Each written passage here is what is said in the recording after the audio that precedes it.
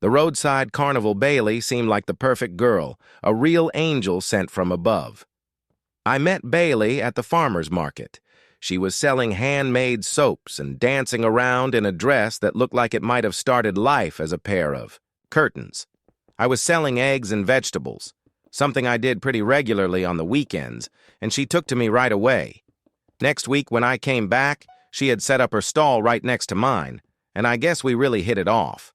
After that, we began dating, sort of. Bailey never used labels. She said they were restraining. She preferred to call us partners, and I have to say she really broadened my horizons. I was used to my dates being at the local steakhouse or at the creek while I fished, but Bailey was into nature walks and making stuff. We spent afternoons making soap and candles.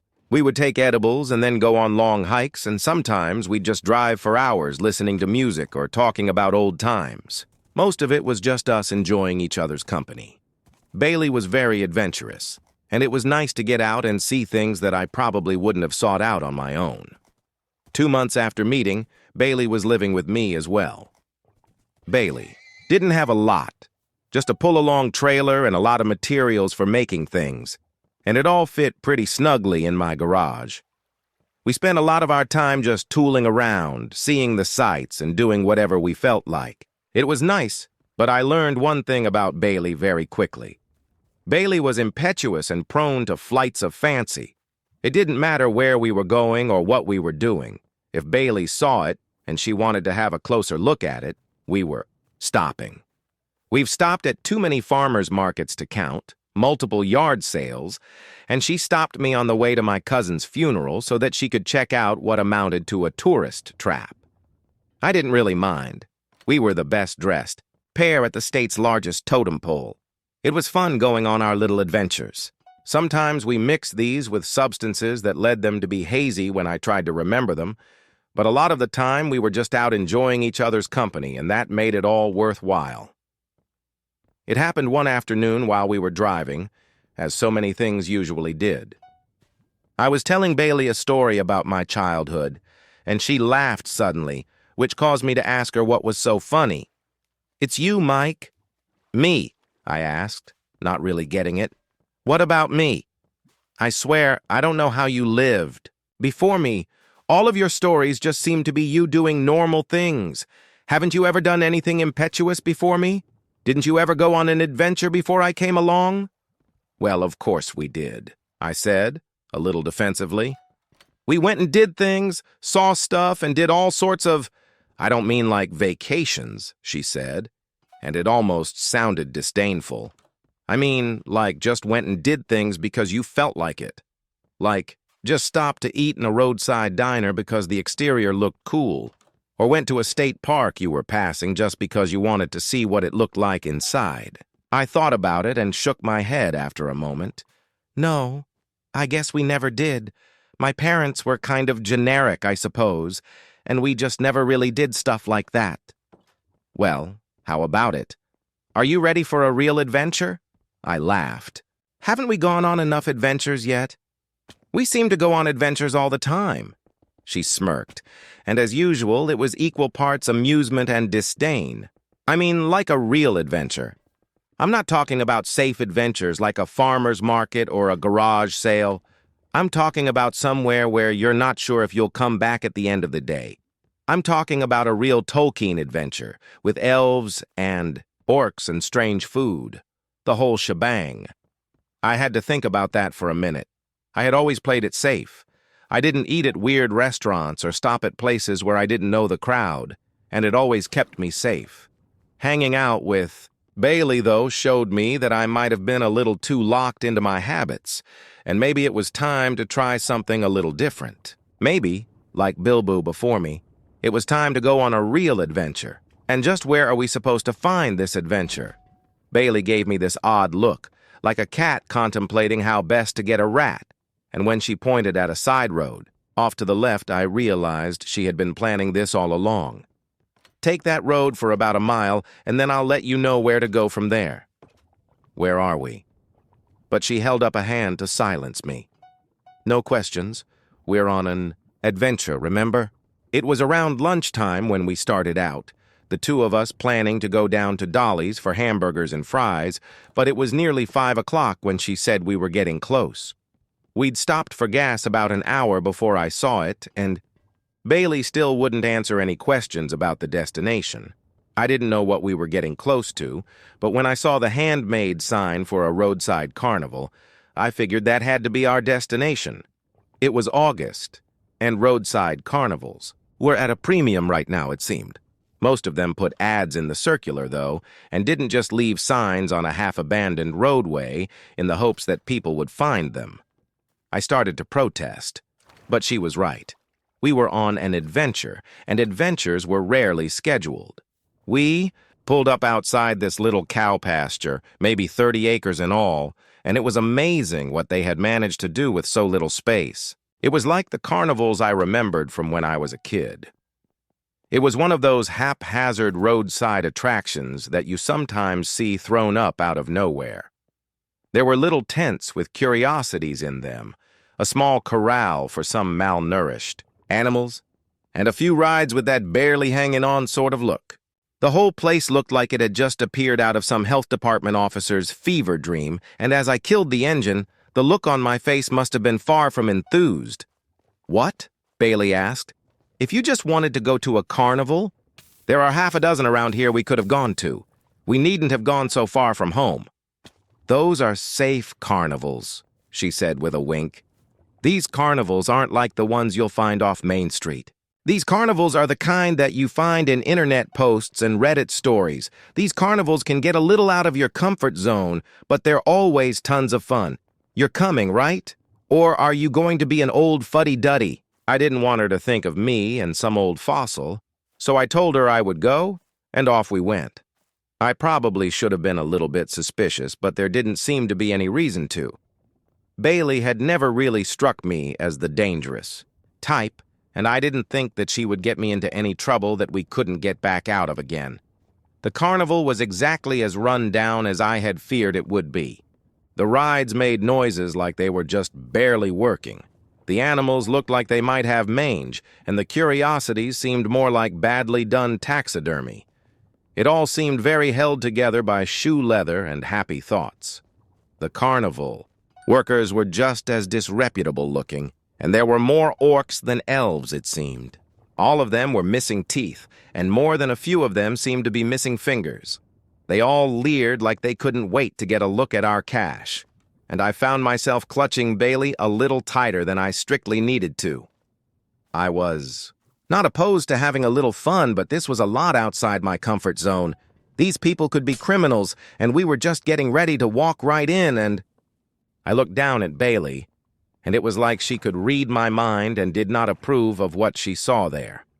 I buried my misgivings and started trying my best to have a good time. We rode some rides and had some fair food, but the longer we stayed, the more things stood out. What made me nervous was the way the carnival people kept looking at Bailey. They didn't leer so much as they looked at her the way you look at people when you know them or you recognize them. Their smiles were a little too big, and their hellos were loaded with understanding. I know how that sounds. It sounds paranoid as hell, but I was starting to feel a little paranoid. It felt like they had expected us, and I wasn't sure these were the kind of people I wanted to be expected by. Bailey just kept telling me to relax and have fun. She even offered me an edible to calm me down, which I refused. The longer it went on, the more my senses started tingling, telling me that something wasn't right here. I wanted to go home, but I wasn't going to be the one to break first either. Bailey had made it pretty clear that she thought I was a stick in the mud, and I didn't want to prove it by getting goosey over some offhanded looks. By about 8 o'clock, my back hurt, and I was ready to go home. I told Bailey as much, and she begged for just a little while longer. She said she hadn't been to one of these carnivals in a long time, and she just wanted to hang out for a little while longer. I told her I was ready to go, and I could see it on her face that she wanted to call me an old man and ask me if it was past my bedtime. I finally told her that I needed to go to the bathroom and that I was going to go look for a porta potty. Bailey rolled her eyes, clearly having guessed that I was uncomfortable, and I went searching for a toilet while she went searching for more adventure. Thank God I did, or I might not have made it out. I was sitting in the porta-potty, pants around my ankles, as I tried to figure out what I was going to do, and that's when I heard them. I didn't know them, but I assumed they were carnies. That might be an unfair assumption, but they just sort of sounded like carnival folk. They had thick accents and seemed to be discussing some event that was coming up. I didn't have a lot else to listen to, so I craned my neck and tried to hear what they were discussing. "How much longer until we spring it?" one of them asked. "You know as well as I do how this works," the other one said. "They have. A good time, they ride the rides, they eat some fair food, and then we spring it on them. By then, they're too tired and full to do anything. That's how we always get them. That's how we've always got them. And if it ain't broke, we ain't likely to fix it." "He don't look like he's gonna put up any fight no ways. He's big enough, but he looks plain as milk. I doubt he even struggles before we—" But they moved off then, and I lost the rest of the conversation. My blood ran cold. It sounded like these guys were getting ready to rob us, or worse. Who knew what they had planned? And I realized I had left Bailey unattended. They might have heard her while I was gone, and that thought had me hiking my pants back up and heading back out into the carnival. It wasn't until then that I realized how few people were at this thing, and how most of them looked like the same carnival folk that I had just heard discussing our fate. If there were any other passers-by here, then I didn't see them. That didn't bode well, and I was more intent than ever that we needed to leave. I started looking for Bailey amongst the crowd, but I couldn't seem to find her. All the people here were smiling a little too big as they watched me pass, and it was weird to be the focus of that much attention. You know how you can just feel it when someone's eyes are on you? Well, that was how I felt, and I didn't much care for it. It was very unsettling, and it made me think that more than a couple of them might be in on this scheme. I was coming through the midway when I saw the group of them, the lead man pointing at me as they made a beeline for me. There were 6 of them, 2 of them big old bruisers in the kind of thing Teamsters usually wear on mob shows. They were making their approach, trying to look casual, but it was all too apparent who they were coming for. Maybe they had already gotten Bailey, but I wasn't going to do any good if they got me too.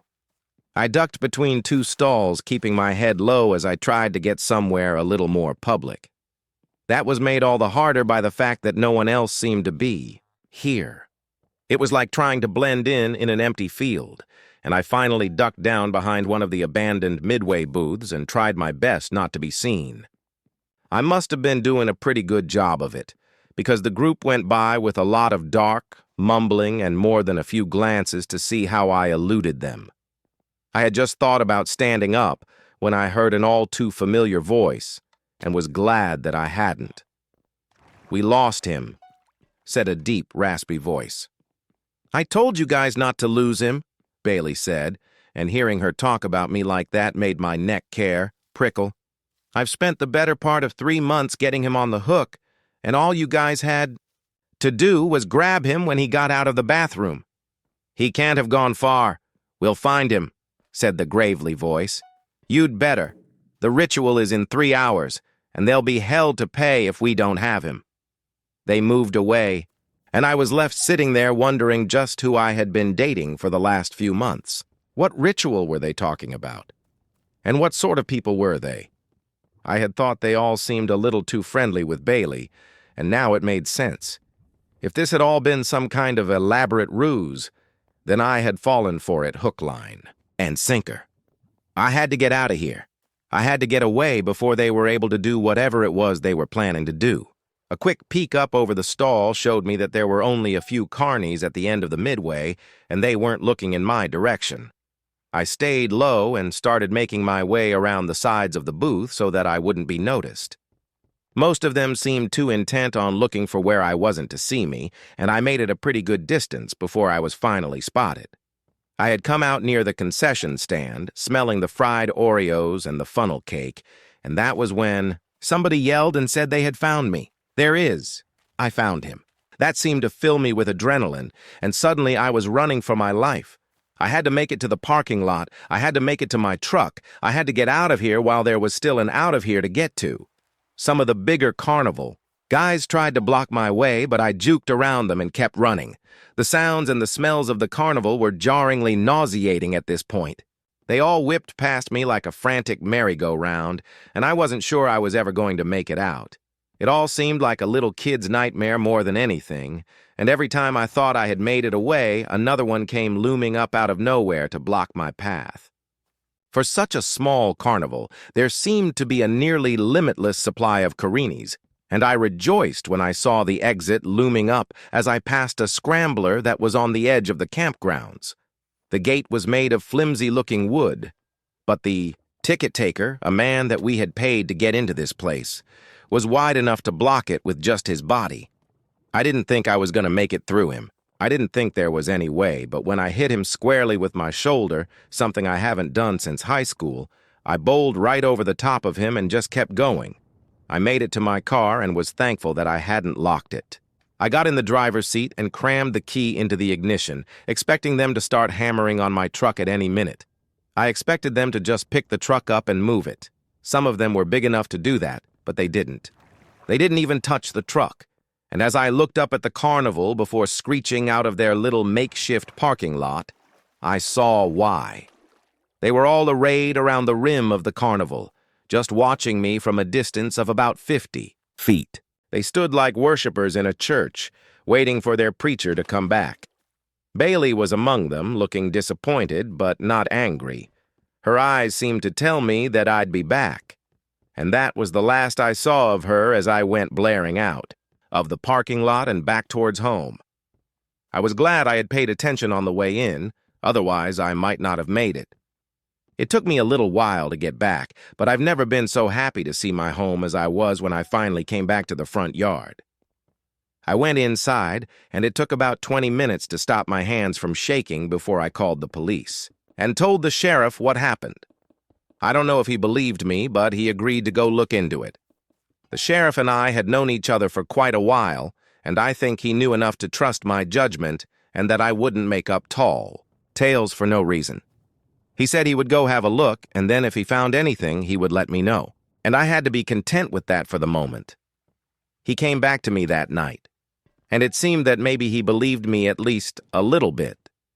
It also seemed like maybe he had seen something out there that made him a little bit glad that he hadn't been the subject of my story. We found something. It was no carnival, but it was something. It seems like they left it all out there.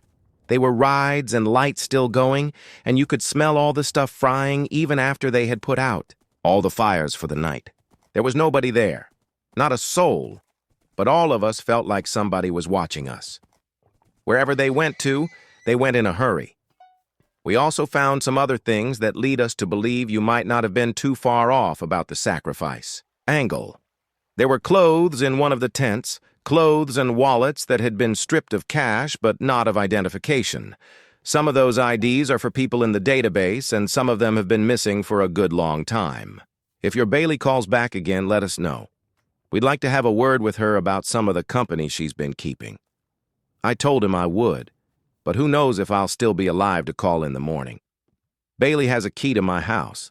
She knows where I live, and quite a few of her things are still here. Who's to say she might not decide to come back anyway and see if her sacrifice is still here? I don't know. Maybe it was all just an act or a goof. But if you find yourself being courted by a strange woman who tries to lead you into adventure, be very wary. I don't know what or who they were trying to sacrifice me to, but it sounds like they might need another one very shortly.